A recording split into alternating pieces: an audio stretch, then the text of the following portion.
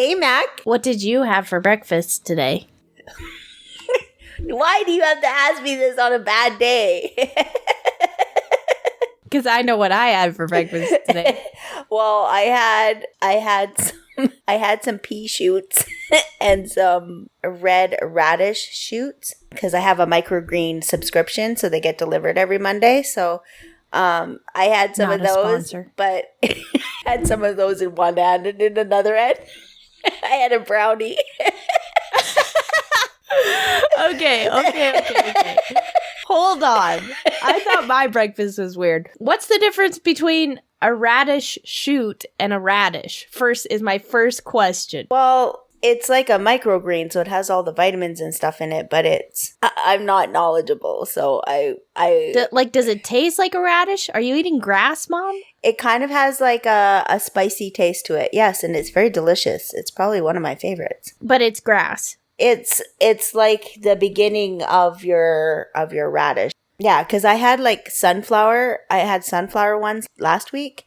And when I got to the end of the sunflower ones, I actually had some shells of sunflowers actually there. So my mom will put a picture of the microgreens on the Instagram for all our benefit when this episode comes out. Yes. That has taken me completely off guard because I had this great segue into what I had for breakfast, but nothing is weirder than radish and a brownie.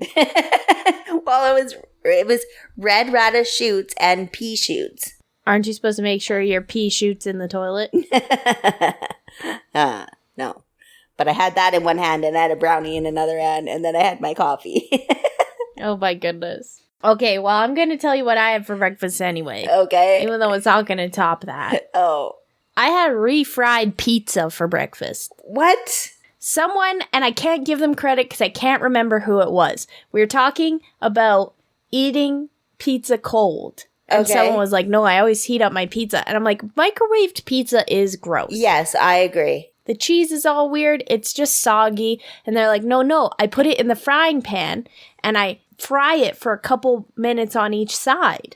Ooh, I have never tried that. I don't mind cold pizza. I don't mind cold pizza at all, but I had this pizza and I was like, did you try it? Fried? I did. That's what I had for breakfast this morning. Okay. And it crisped it all up again, so it was hot and it was crispy. I was concerned when I flipped it over that all the toppings were just going to get stuck to the bottom of the frying pan. Yeah. But they didn't. Oh, score. It just kind of cauterized the toppings on your pizza to your pizza and gave it this nice crispy coating on it. It was so good. Okay, well, guess what we're doing with the next leftovers of pizza? I'm going to try frying it. Yeah. Because I will eat cold pizza. Oh, I'll 100% eat cold pizza. I'm not a billionaire. And even if I was, I'd still eat cold pizza. It's delicious. Yeah. But yeah, no, it was really good. And this pizza, I just decided to try it with it because it had tomatoes on the top, which I don't mind on a fresh pizza, but on an old pizza, tomatoes start to get a little dicey, pun intended. Yeah. Kind of like mushrooms. I like mushrooms on fresh pizza, but I don't like them on, leftover pizza. Yeah, exactly. If I'm getting a pizza with mushrooms on it, I am getting a size that I can eat in one sitting because I will not go back. I concur. Yeah. But this was fantastic. It was so good. So, and that's all you had for breakfast? Was just that? Well, I had 2 pieces. Oh, okay. And I had a cup of coffee. Okay. Well, you've had worse breakfasts. Oh, I've definitely had worse breakfast. I was just in awe of how well this hack worked. Yeah. Most of my hacks, Mom, don't always turn out the best. I'm thinking of my clothing hacks. Yeah. Okay. So internet people, Mackenzie. Dear sweet internet friend. Yes. Mackenzie, went through a phase anyways. I don't know if she still does this, but she doesn't mend things with needle and thread. She will just make it work with duct tape or staples. Clothespins. But she doesn't actually sew it fixed. Well, in my defense, you taught me about clothespins. Okay, are we talking safety pins or are we talking Safety pins. Okay. So, for example, my old job, I worked as a receptionist at a physiotherapy clinic, and I had this pair of dress pants that I got for $8. and they fit really well. You know the black pinstripe ones? Taylor and I both got the same pair. Yeah. We actually might have been in high school when we did that, now that I... Yeah, I can't remember, but those looked real good on you. Thank you. So I got these dress pants for $8 and they were great. And then one day at work, I caught the corner of my calf on a desk drawer and ripped a hole in these dress pants. Oh, sad day. And I was devastated because they're comfortable. I didn't have to wear a belt with them. And I wasn't about to go buy dress pants. Do you know how much dress pants cost?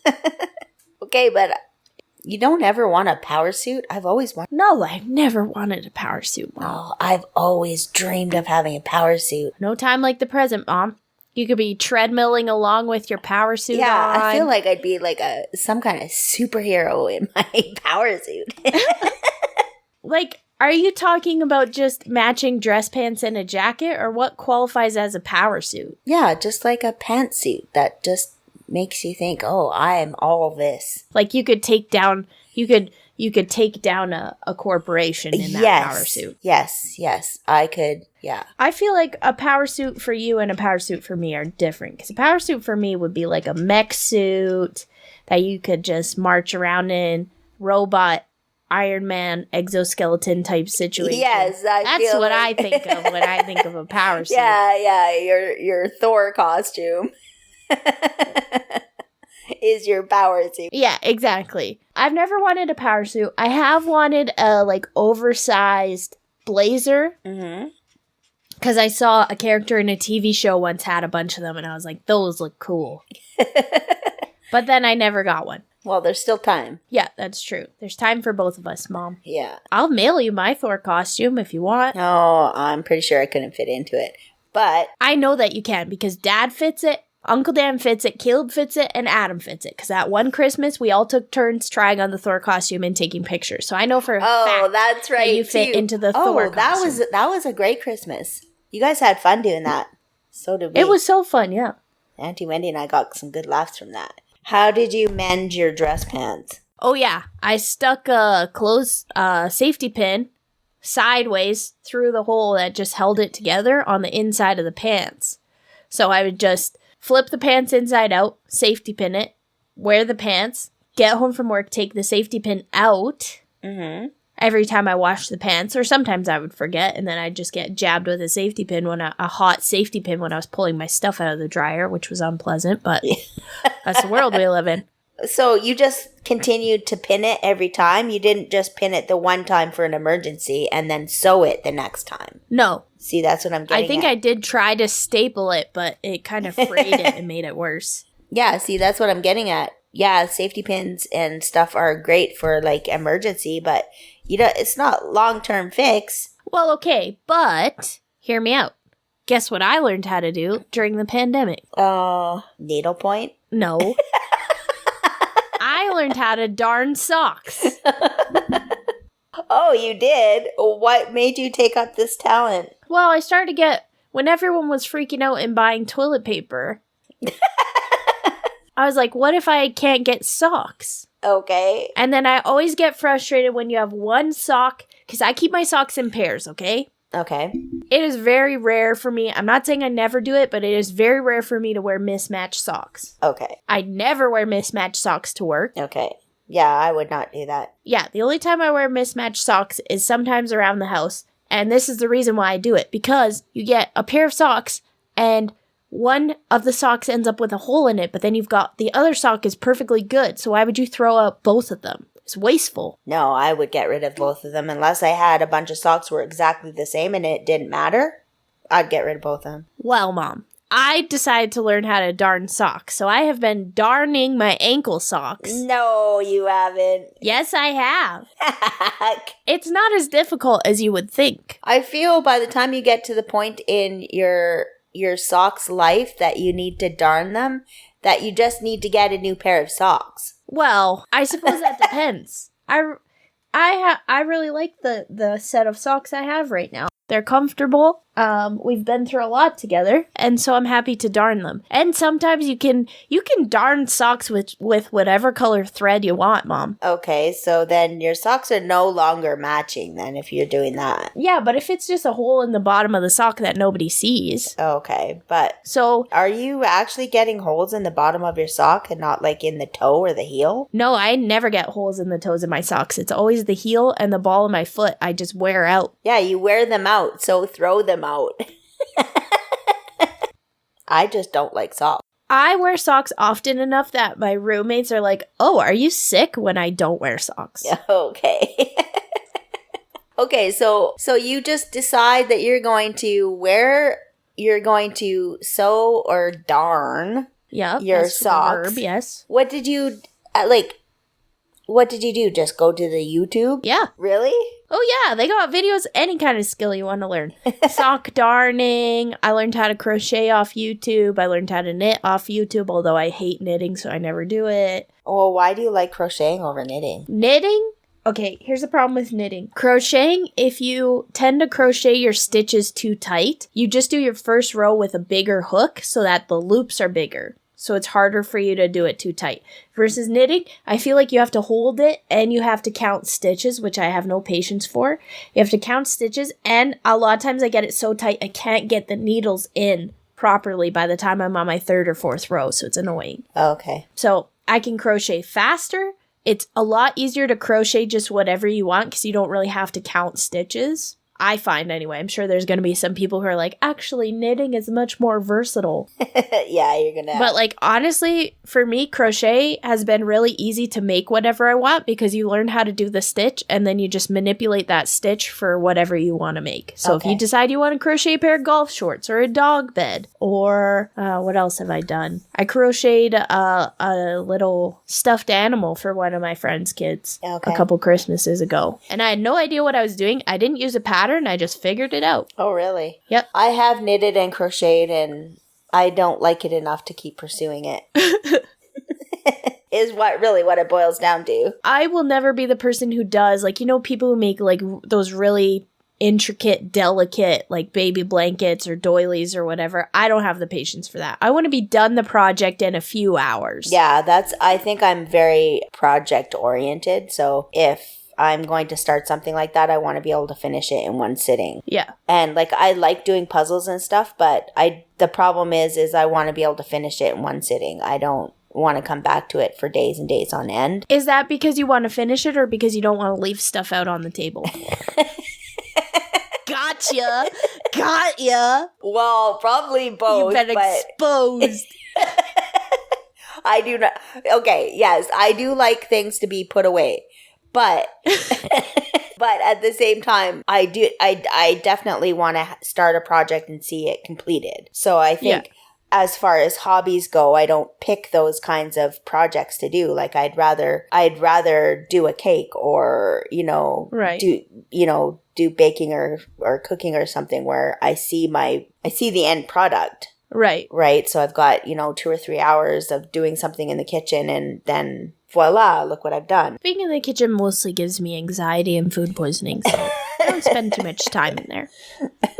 But like a nice little crochet project, man, I learned how to do a waffle stitch and I have not looked back. Yeah, well, you were way more crafty than I am, for sure. That's true. I think growing up, I always wanted to do like macrame and like little friendship bracelets and stuff like that. And yeah, you're crafty, and I don't really think I'm a crafty person. I think when, like you said though, like when you have a goal in mind. So I remember you made one of those like you made little decoration to put above your bed where you took those curtain rods. You know what I'm talking about? Oh, right, with the wallpaper. Yeah. Yeah. But that was like, you got all the stuff, you sat down and you did it. I will say, though, I think part of the reason why I'm more crafty than you is because you are much more of a perfectionist than I am. Oh, why would that play into? Because for me, I will sit down and crochet something, and if it's not perfect, I don't take apart the whole thing and start over. But I feel like for you, if it wasn't perfect or wasn't even, you would take it apart and start over. Yeah, I would. Versus I'm more about the process of doing the thing. Mm-hmm. And if the end product isn't perfect, like even if I end up with an ugly blanket, I still got a blanket. Yeah, and I look at it as an ugly blanket that is not going to stay in the house.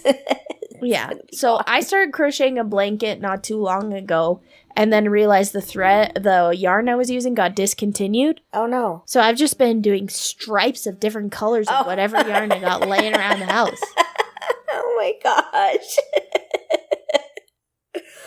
And in my head, I'm like, well, it's just going to be a blanket, that either, that goes under another blanket, or maybe it's a work blanket, or maybe it's a blanket that goes in the back of my car. Or a dog bed.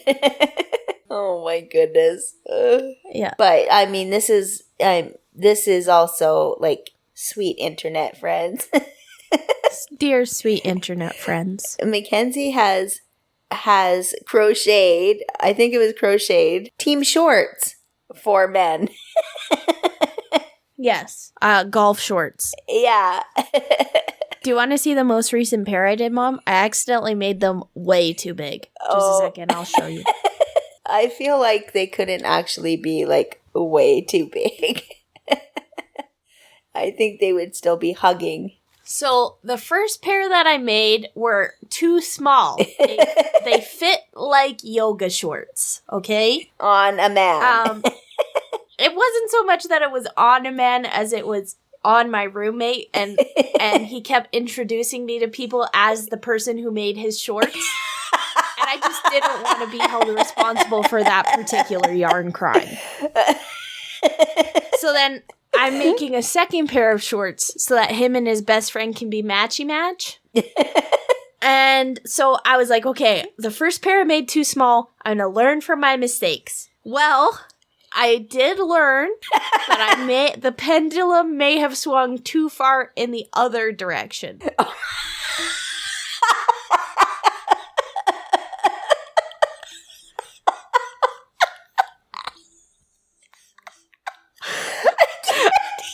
I've broken Mom. So I can't even. Those are huge. I'll put a picture on the Instagram this week at some point. Oh my gosh. But I tried to make them a little bit bigger, and if you look, the waist is not too bad, but then they just kind of balloon out from the waist in such a way.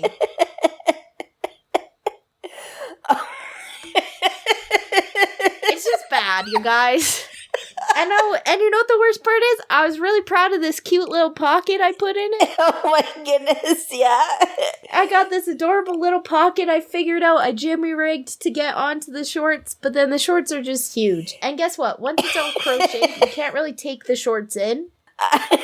And once I started to realize they were really big, I was like, well, maybe it's just my imagination. Maybe just because I did a different stitch this time, that's why they're too big. But no, they're just big shorts. Because you could fit in one of those legs. I know, Mom. I know I can. And oh my goodness. because the person that they're being made for is not a small man, but he's also, these shorts are going to be big for sure. Oh, I think I hurt myself laughing. So it was a mistake. I'm learning all the time, but the shorts are done. Like, I'm not going to take apart those shorts and redo them. What? Nope, they're done. You can make 2 pairs of shorts with that. Yeah, doesn't matter. These are the shorts. In my defense, I also don't charge people for my crochet projects. So it's not like I was like, okay, you need to pay me for these shorts. Yeah. I was like, the shorts turn out how the shorts turn out. You can like them or you can leave them. I don't care. Oh my goodness, yes, you need to put those up on the Instagram. I will. Oh, that was a good belly laugh. I'm just hoping that my roommate has a third friend, and then the shorts will be just right. Well, that seems like a great place to leave it. Sure. You can find all our content at heymomheymac.com. If you have a topic or something you'd like us to talk about, or you want us to see your crochet yarn crimes, you can tag us in social media. We're at heymomheymac across the board, or you can email us at heymomheymac@gmail.com. That's Mom with an O. And Mac with a CK. Bye, Mac. Bye, Mom.